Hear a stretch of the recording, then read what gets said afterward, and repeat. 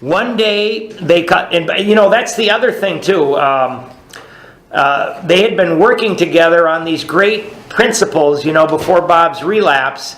But when he got back and he did his step 9, they said, you know what, man, we better refocus. We better start going out and helping other people, right? Because they hadn't done it in the 2 weeks when they'd been working together. One day they called up the head nurse of a local hospital.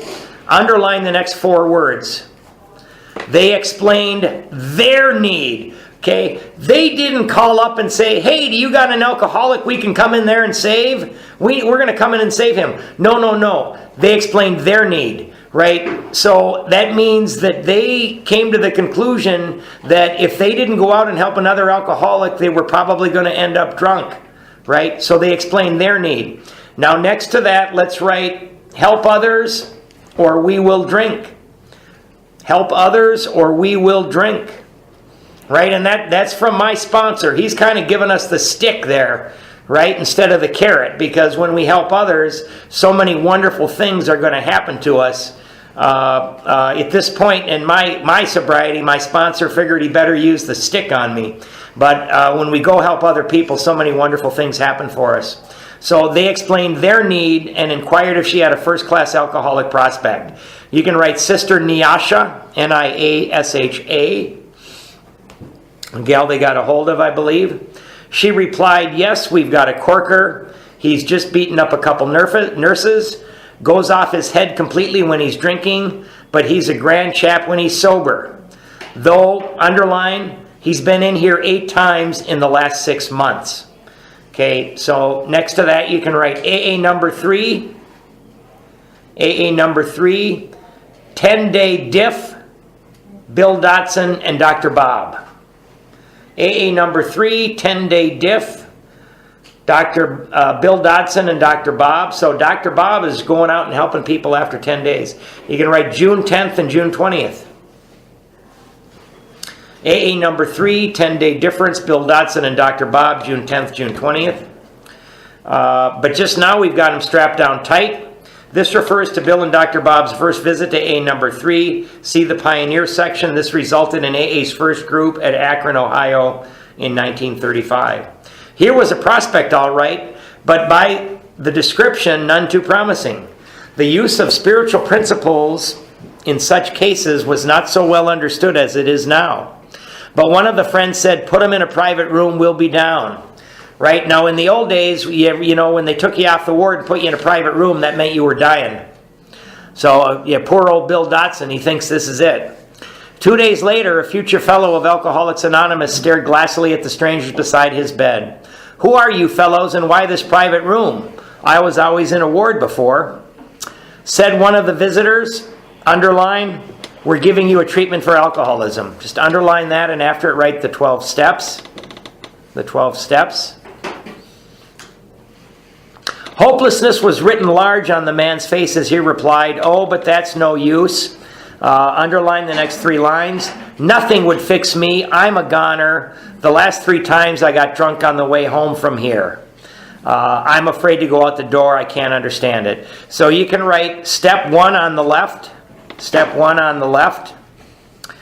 And then highlight the next 2 lines as well. For an hour, the 2 friends told him about their drinking experiences.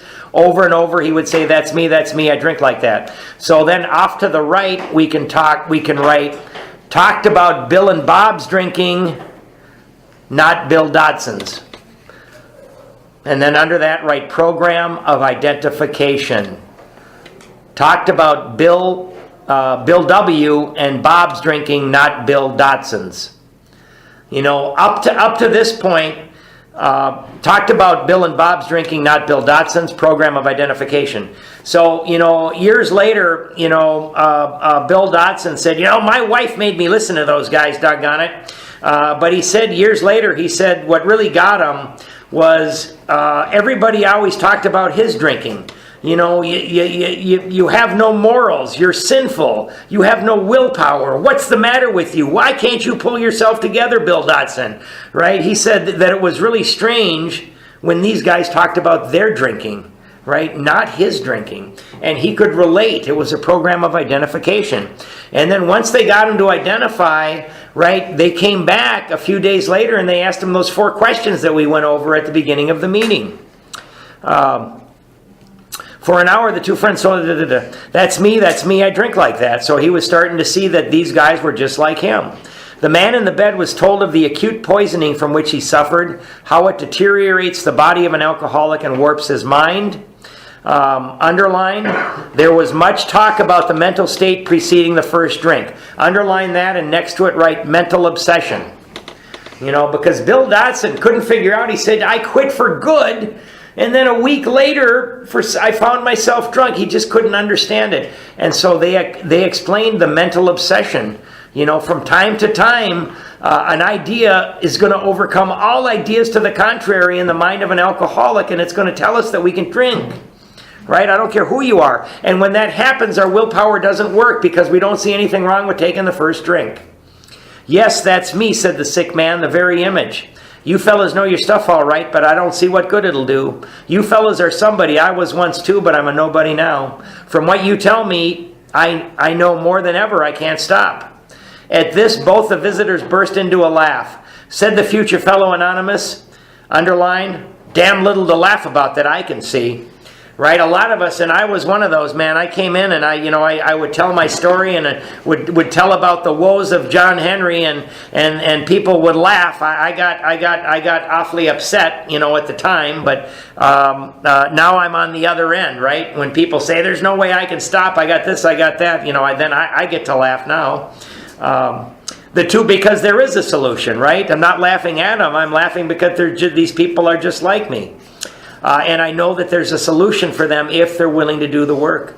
The 2 friends spoke of their spiritual experience and told him about, underline, the course of action. Just that little bit they carried out. Under course of action, write 12 steps. The 12 steps. So these guys, you know, Bill and Bob, they don't really know what they're doing. They're kind of figuring it out as they go along. And that summer, you know, in Akron, in the first couple of years, when they worked together with other alcoholics, if something worked, they kept it. If something didn't work, they discarded it. So, you know, I got to think, you know, they had a lot of successes, but there's a lot of people that didn't sober up that ended up dead. And I think we got to remember those people too. But it was a trial and error that they were doing. He interrupted. I used to be strong for the church, but that won't fix it. I prayed to God on hangover mornings and sworn that I'd never touch another drop. But by 9 o'clock, I'd be boiled as an owl. Next day found the prospect more receptive. Obviously, that means drunk. He had been thinking it over. Maybe you're right, he said. God ought to be able to do anything. Then he added, he sure didn't do much for me when I was trying to fight this booze racket alone. On the 3rd day, the lawyer gave his life to the care and direction of his Creator. Next to that, write 3rd step. 3rd step. And said he was perfectly willing to do anything necessary. Right? So in those days, they got Bill D down on the knees, and, you know, they said their version of that step. And they said, well, now we're going to have to do these other things. His wife came, scarcely daring to be hopeful, though she thought she saw something different about her husband already. Underline, he had begun to have a spiritual experience.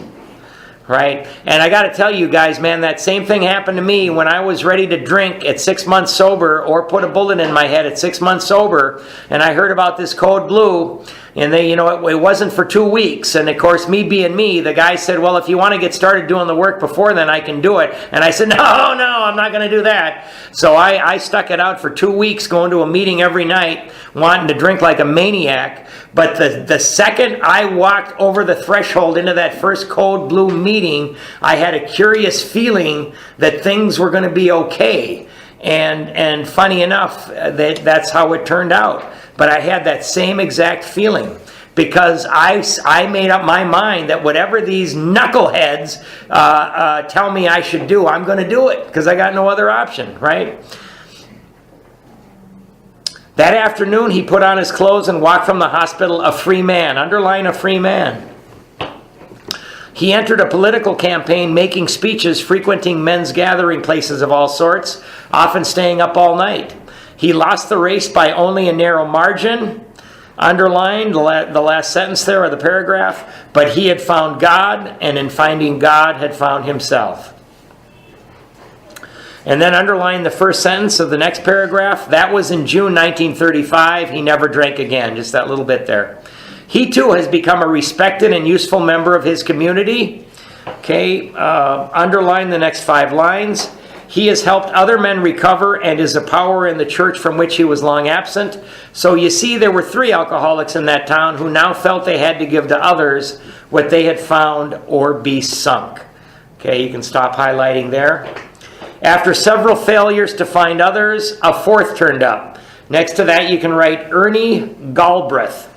Ernie Galbraith, Galbraith, I believe. And you can write married Dr. Bob's daughter Sue. Married Dr. Bob's daughter Sue. Ernie Galbraith. He came through an acquaintance who had heard the good news.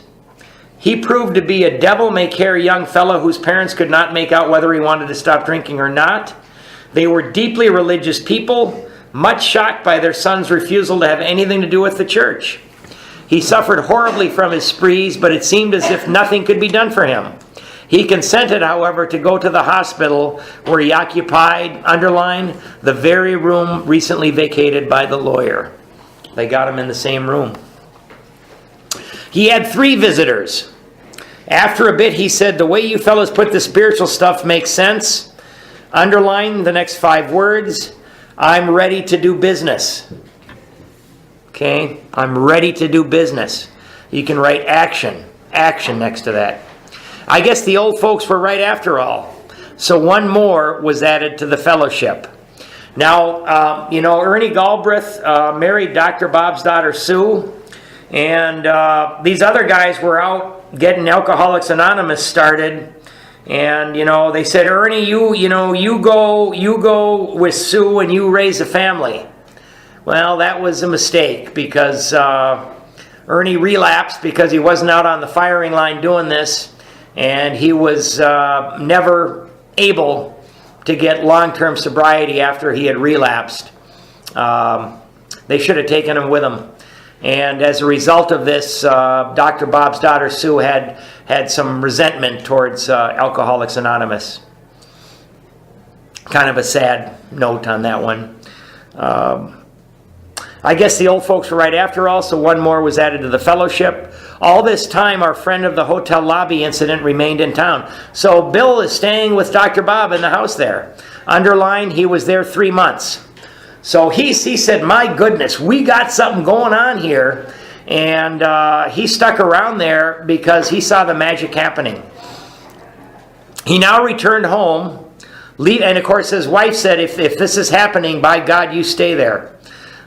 He now returned home, leaving behind his first acquaintance, the lawyer and the devil-may-care chap. These men had found something brand new in life. Underline the next 4 lines. Though they knew they must help other alcoholics if they would remain sober, that motive became secondary. It was transcended by the happiness they found in giving themselves for others. Okay, so earlier on the other side we had the stick. This is the carrot. So next to that we're going to write, give it to keep it, give it to keep it, receive happiness and usefulness. Give it to keep it, receive happiness and usefulness. I mean, if we don't become happily and usefully whole, we're going to drink again. Give it to keep it, receive happiness and usefulness. They shared their homes, their slender resources, and gladly devoted their spare hours to fellow sufferers. They were willing by day or night to place a new man in the hospital and visit him afterward. They grew in numbers, they experienced a few distressing failures, but in those cases they made an effort to bring the man's family into a spiritual way of living, thus relieving much worry and suffering. Okay, next to that we're going to write Al-Anon. Al-Anon. You know what? Even if the alcoholic doesn't recover, we've got to try to get the family into Al-Anon, right? And when they go into Al-Anon, from what I've heard, it's like, oh, you're going to teach you're going to teach me how to get my alcoholic well, but no, they go to Al-Anon because they're sick, and they say, we're here for you when they walk in. We're here for you, right? A year and 6 months later, these 3 had succeeded with 7 more, so now we got 10.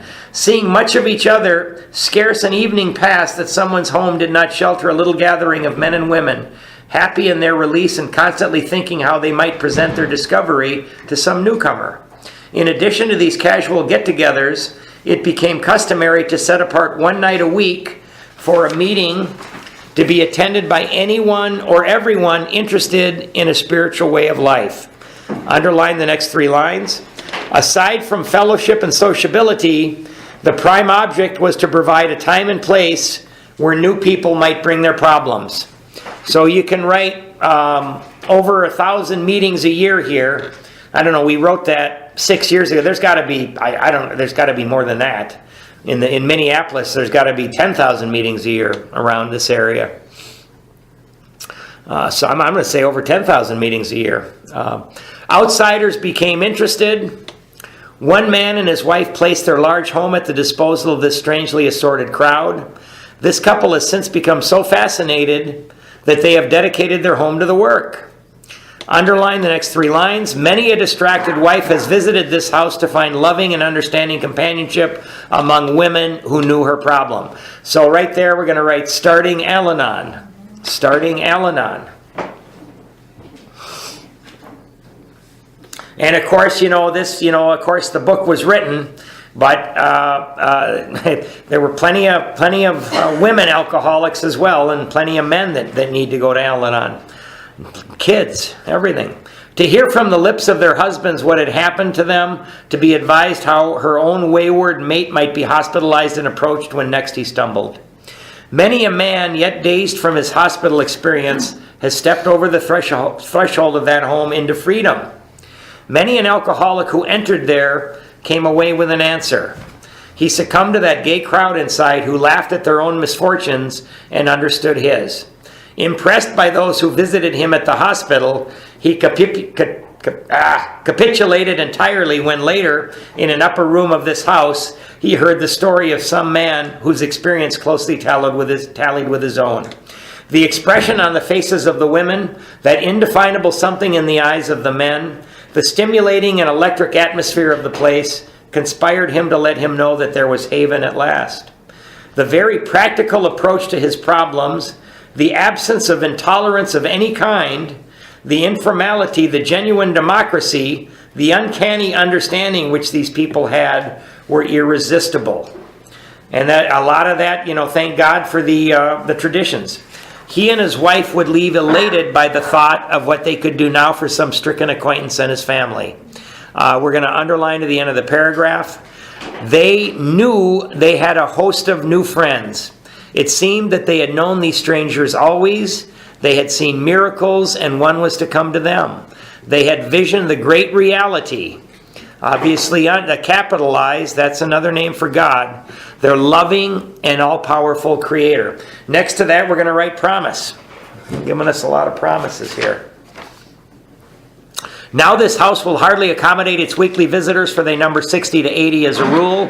Alcoholics are being attracted from far and near. From surrounding towns, family drive long distances to be present. A community 30 miles away has 15 fellows of Alcoholics Anonymous. Being a large place, we think that someday its fellowship will number many hundreds. Written in 1939. Next to that, you can write Cleveland. Cleveland. And then we're going to underline the next 6 lines. But life among Alcoholics Anonymous is more than attending gatherings and visiting hospitals, cleaning up old scrapes, helping to settle family differences, explaining the disinherited son to his irate parents, lending money and securing jobs for each other when justified. These are everyday occurrences, right? And then, and lending money, that's when justified, right? Next to that, we're going to write live the program. Live the program. No one is too discredited or has sunk too low to be welcomed cordially Underline these 4 lines. If he means business. And then draw a little arrow over to the right and write willing to do the work. Willing to do the work. I've had to let a couple of sponsees go because they weren't willing to show up to meet with me. They weren't willing to get started on their 4-step. And I didn't want these guys, in their mind, they had, I got this really tough sponsor, right? So in their mind, when anybody asked them, they said, yeah, I got a sponsor. I got a sponsor. But they weren't doing any of the work. And I got to say, hey, if I let you use me as a sponsor, I'm going to kill you. Right? So I'll be your friend, but I can't be your sponsor. Maybe go find somebody that you're willing to work with. And because I don't want people to think that I'm their sponsor when they're not doing any of the things I ask. Social distinctions, petty rivalries, and jealousies. These are laughed out of countenance. Being wrecked in the same vessel, being restored and united under one God, with hearts and minds attuned to the welfare of others. The things which matter so much to some people no longer signify much to them. How could they? And I've had some crazy last couple of weeks at work.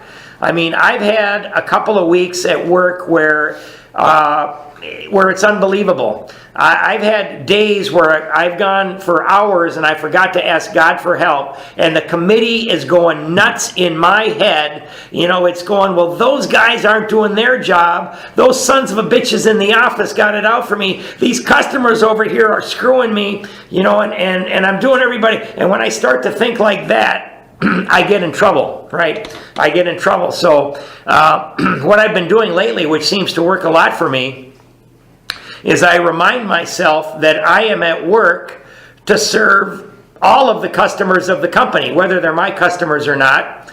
I'm there to serve my boss, and I'm there to serve my fellow employee.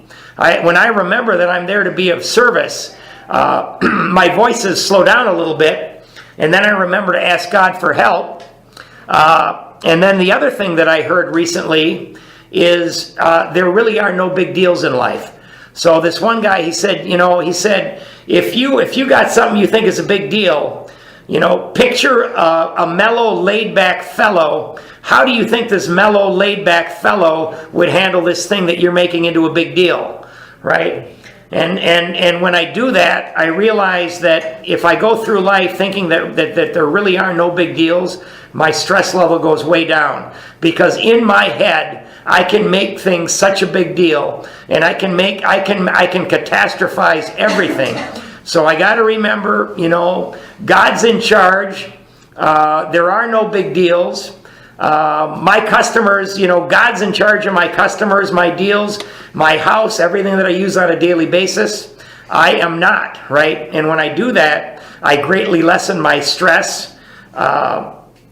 And things seem to be going a lot better. So just a couple things I've been doing lately. My favorite line is, God, I'm spiritually sick, please help me. And I go off to a corner and pray, and it helps. Under only slightly different conditions, the same thing is taking place in many eastern cities. In one of these, there is a well-known hospital for the treatment of alcoholic and drug addiction. We read about that. That's the Towns Hospital. 6 years ago, one of our number was a patient there. That was Bill Wilson, and of course Dr. Silkworth is the guy. Many of us have felt for the first time, underline, the presence and power of God within its walls. So underline that, and they're talking about the Towns Hospital, but off to the right you can write, here at meetings. Here at meetings. I think that any room of Alcoholics Anonymous is a sacred place. We are greatly indebted to the doctor in attendance there, for he, although it might prejudice his own work, has told us of his belief in ours. So the scientist believes in the spiritual stuff. Every few days, this doctor suggests our approach to one of his patients. Understanding our work, he can do this with an eye to selecting, underline, those who are willing and able to recover on a spiritual basis. So underline that and write, do the work or do the 12 steps. So the doctor sees these hopeless guys and he can pick them out. Many of us former patients go there to help. Then in this eastern city, there are informal meetings such as we have described to you, where you may now see scores of members. There are the same fast friendships. There's the same helpfulness to one another as you find among our Western friends. There is a good bit of travel between East and West, and we foresee a great increase in this helpful interchange. Someday we hope that every alcoholic who journeys will find a fellowship of Alcoholics Anonymous at his destination. Next to that, let's write prophetic. Prophetic. I don't care where you travel throughout this country or the world, you can find a meeting. Going to meetings in other cities is wonderful. I personally have never been to a meeting in a different country, but when I travel next, I'm going to do it. To some extent, this is already true. Some of us are salesmen and go about. Little clusters of 2s and 3s and 5s of us have sprung up in other communities through contact with our 2 larger centers. Those of us who travel drop in as often as we can. This practice enables us to lend a hand, at the same time avoiding certain alluring distractions of the road about which any traveling man can inform you. Written in 1939 and 2009, there were over 116,000 groups. There is AA activity in more than 180 countries with an estimated membership of over 2 million. There's 2 million members of Alcoholics Anonymous. I think there's something like 25 million big books. So I wonder where they all are. Probably on shelves. I used to be a traveling salesman, by the way, so I can certainly tell you about the alluring distractions of the road. Thus we grow, and so can you. Though you be but, underline the next 2 lines, one man with his book in your hand, we believe and hope it contains all you will need to begin. Just that little bit there. So we can help no matter where we are. We know what you are thinking. You are saying to yourself, I'm jittery and alone. I couldn't do that, but you can. You forget that you have just now tapped a source of power much greater than yourself. To duplicate with such backing what we have accomplished is only a matter of, underline, willingness, patience, and labor. Underline that, and then we're going to write in that space, write program of action / work, and then write the way you behave on the outside. The way you behave on the outside. Program of action / work, the way you behave on the outside. We know of an AA member who was living in a large community. He had lived there but a few weeks when he found that the place probably contained more alcoholics per square mile than any city in the country. So you can write Detroit next to that, Detroit. And then you can write The Man Who Mastered Fear, page 246, Archie T. Detroit, The Man Who Mastered Fear, page 246, Archie T. This was only a few days ago at this writing, 1939. The authorities were much concerned. He got in touch with a prominent psychiatrist who had undertaken certain responsibilities for the mental health of the community. The doctor proved to be able and exceedingly anxious to adopt any workable method of handling the situation. So he inquired, what did our friend have on the ball? Our friend proceeded, and that's Archie T., the man who mastered fear. Our friend proceeded to tell him, and with such good effect that the doctor agreed to a test among his patients and certain other alcoholics from a clinic which he attends. Arrangements were also made with the chief psychiatrist of a large public hospital to select still others, underline, from the stream of misery which flows through that institution. Next to that, we can write detox / treatment centers, right? Detox / treatment centers. So our fellow worker will soon have friends galore. Some of them may sink and perhaps never get up. But if our experience is a criterion, more than half of those approached will become fellows of Alcoholics Anonymous. When a few men in this city have found themselves and have discovered the joy of helping others to face life again, there will be no stopping until everyone in that town has had his opportunity to recover if he can and will. Still, you may say, but I will not have the benefit of contact with you who write this book. We cannot be sure. God will determine that, so you must remember, underline, that your real reliance is always upon Him. He will show you how to create the fellowship you crave. Okay, Alcoholics Anonymous will be glad to hear from you. Same address I think they've always had, P.O. Box 459, Grand Central Station, New York, New York, 10163. So after you crave, let's write, give your phone number, take theirs, right? You know, it says that, you know, we want the hand of AA always to be there, and for that we are responsible. We can reach that hand out a little bit further. So, you know, give your phone number, but you got to take theirs because, you know, a couple of guys in my past asked me for my phone number and I gave it to them. And when they called me out of the blue, a couple times they hit me when I was so miserable and so desperate. I couldn't believe that they would call me and offer to take me to a meeting. So it's very hard for us to pick up that 10,000-pound telephone and call people. So take their number, and you know what? Call them twice within the next 3 days. And if they don't respond, so be it. You know, maybe a month later, if you remember, call them again. But we got to reach that hand out a little bit further. So I've got a few things here I'm going to read, and then we'll finish it up. I heard this woman talk, and I just loved it. She likened the program of Alcoholics Anonymous to a grocery store of all things. A grocery store, right? So there's the line that's 10 items or less, right?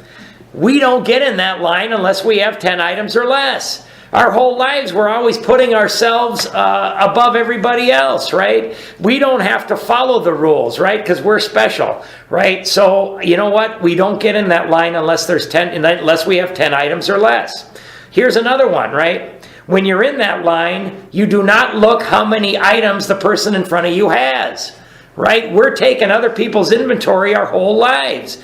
If I'm driving down the street and somebody cuts me off, and I stick my finger up and I start yelling, "You son of a bitch," right? That guy's going to say, boy, I don't know if I want to have the program and the God that fella has, right? Because they might know I'm an Alcoholics member. So I do not want to do that. So we do not look at the person in front. We don't take other people's inventory.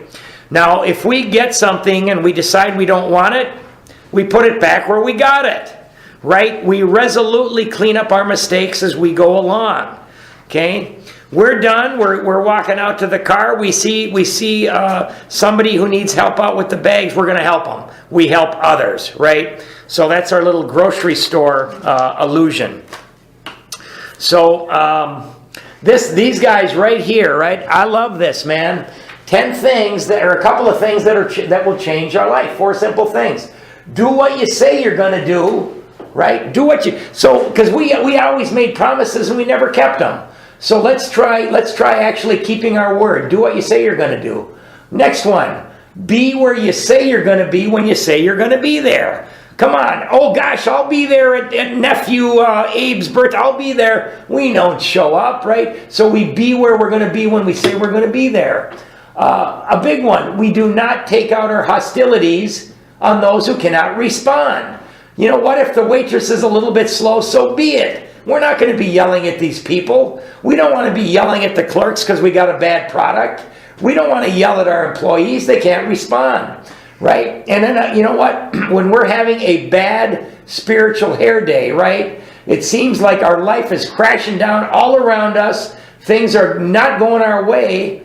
We keep our mouth shut, right? Because normally what we do is we snap at everybody. We do not want to damage relationships with our friends, with our family, with our colleagues, with our customers. So when we're having a really bad day and we can't trust what we're going to say, keep quiet, right?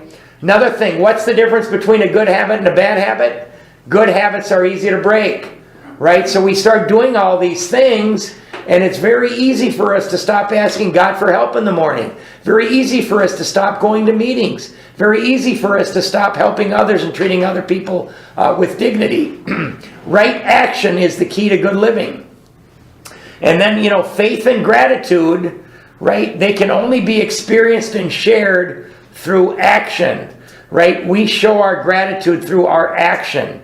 And Bill said over and over, faith without works is dead. That means we know, oh, I believe in this, I believe in that, but we're not doing anything. It doesn't have any use for us, right? So action, action, action.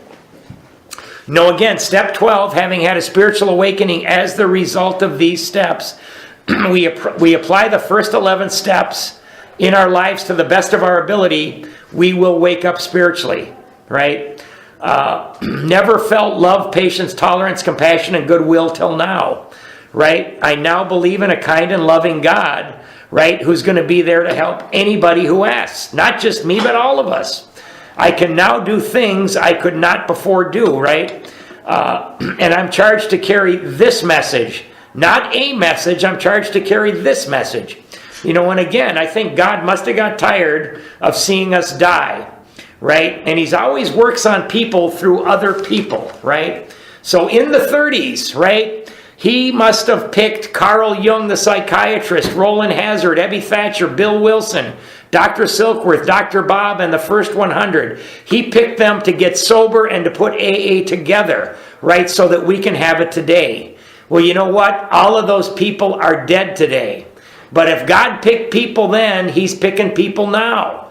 I mean, when you think about it, should any of us in this room be alive today?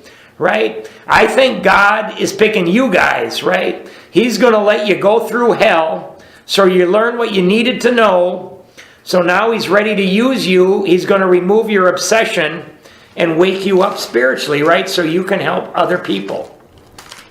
So again, when we do this and we wake up, we go back into the world to be an example to other people. We've got to let other people see us. Because if people don't see us, we can't be an example. People see me now and they say, my God, John Henry used to be a blackout drunk. He was a crack addict. He was a pill popper. Look at the guy now. He's helping people at work. He's helping other alcoholics. He's rebuilding his life and his relationships. How in the hell did that happen? Well, it happened by living by these principles at home and at work. And at home and at work is the harder part. So I want to ask all of you guys, and I ask this of my sponsees, what do you stand for? What in the hell do you stand for? If you can't answer that question, you don't know. So how about the principles of this program? The steps we're taught are also the principles we should try to live by. Honesty, hope, faith, courage, integrity, willingness, humility, love, forgiveness. And you know what? When you forgive, you set a prisoner free, and that prisoner is you. We've got justice, we've got discipline, spiritual awareness, and service. Right? So we got to get in the arena and we got to start playing ball. I think that's it. So we're going to read the last couple paragraphs. Our book is meant to be suggestive only. And again, you know what? Those are the only suggestions we've got. So you better take them. We realize we know only a little. God will constantly disclose more to you and to us. Okay, so we're going to underline to the end of the paragraph. Ask Him in your morning meditation what you can do each day for the man who is still sick. The answers will come if your own house is in order. But obviously you cannot transmit something you haven't got. See to it that your relationship with Him is right, and great events will come to pass for you and countless others. This is the great fact for us. So next to that, we're going to write recipe for relationship. Recipe for relationship. What can I do today for the man who is sick? Recipe for relationship. And you know, I see a lot of people, they want to go from step 1 to step 12. Well, we've got to do a little bit of work in between there. Abandon yourself to God as you understand God. Write 1 through 3. 1 through 3. Admit your faults to Him and to your fellows. Above that, write 4, 5, 6, and 7. Clear away the wreckage of your past. We're going to write 8 and 9. 8 and 9. Give freely of what you find and join us. We shall be with you in the fellowship of the Spirit, and you will surely meet some of us as you trudge the road of happy destiny. May God bless you and keep you until then. We're going to write 10, 11, 12 next to that. So, you know, one last thing there, that word, and you will surely meet some of us as you trudge the road of happy destiny. Okay, the road of, that means that this future that we fear, right, sometimes, well, we're there now, right? We are there right now because it says the road of happy destiny. So the future is actually, or what we're doing is actually the journey. We are on the journey right now. It does not say trudge the road to happy destiny. It says trudge the road of happy destiny. That means right here, right now, today, right now. May God bless you and keep you until then. So one last thing, I wish I would have done this when I first sobered up. If you're newly sober, I want you to write down some things you would like over the next 10 years and put it away. If you're newly sober, just write a few things down, what you want over the next 10 years, and put that envelope away somewhere, and pull it out after 10 years, and take a look at it, and see if you stick with this, that you have not exceeded everything that you could think of for yourself, right? We're going to write one last thing. Above the personal stories, do what the 100 did, and you will get what they got. And they're talking about the first 100 people who wrote this book. Do what the first 100 did, and you will get what they got. Right? That's all those promises that we read. Peace, happiness, and a good life, and friends. All of these things. Meaning. Happiness, usefulness. Do what the first 100 did, and you will get what they got. Guys, I guess that is it. We are done. Now, don't everybody running off. I have a little token for everybody. Now, I've got a little medallion that says that you work the steps at Code Blue. If you have not done your 5th step, I am going to take a leap of faith and say that you are going to get, because that's the big one. I want everybody here, if you do one thing, I want you to get your 4th and 5th step done, right? And when you do that, you automatically do 6 and 7. And then, honest to goodness, if you go out and make even 1 or 2 amends, you are ready to start taking people through this book. That's what I did. I did it when I didn't know what I was doing. And as long as you have a sponsor, if you run into any issues, you can talk to your sponsor. So once you've made a couple of amends, you're ready to sponsor people. We're going to end today. We're going to go back to the 3rd step prayer. And then, I got a medallion for everybody.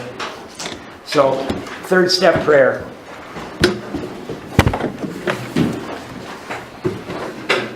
God, I offer myself to Thee, to build with me and to do with me as Thou wilt. Relieve me of the bondage of self, that I may better do Thy will. Take away my difficulties, that victory over them may bear witness to those I would help of Thy power, Thy love, and Thy way of life. May I do Thy will always. Peace. All right.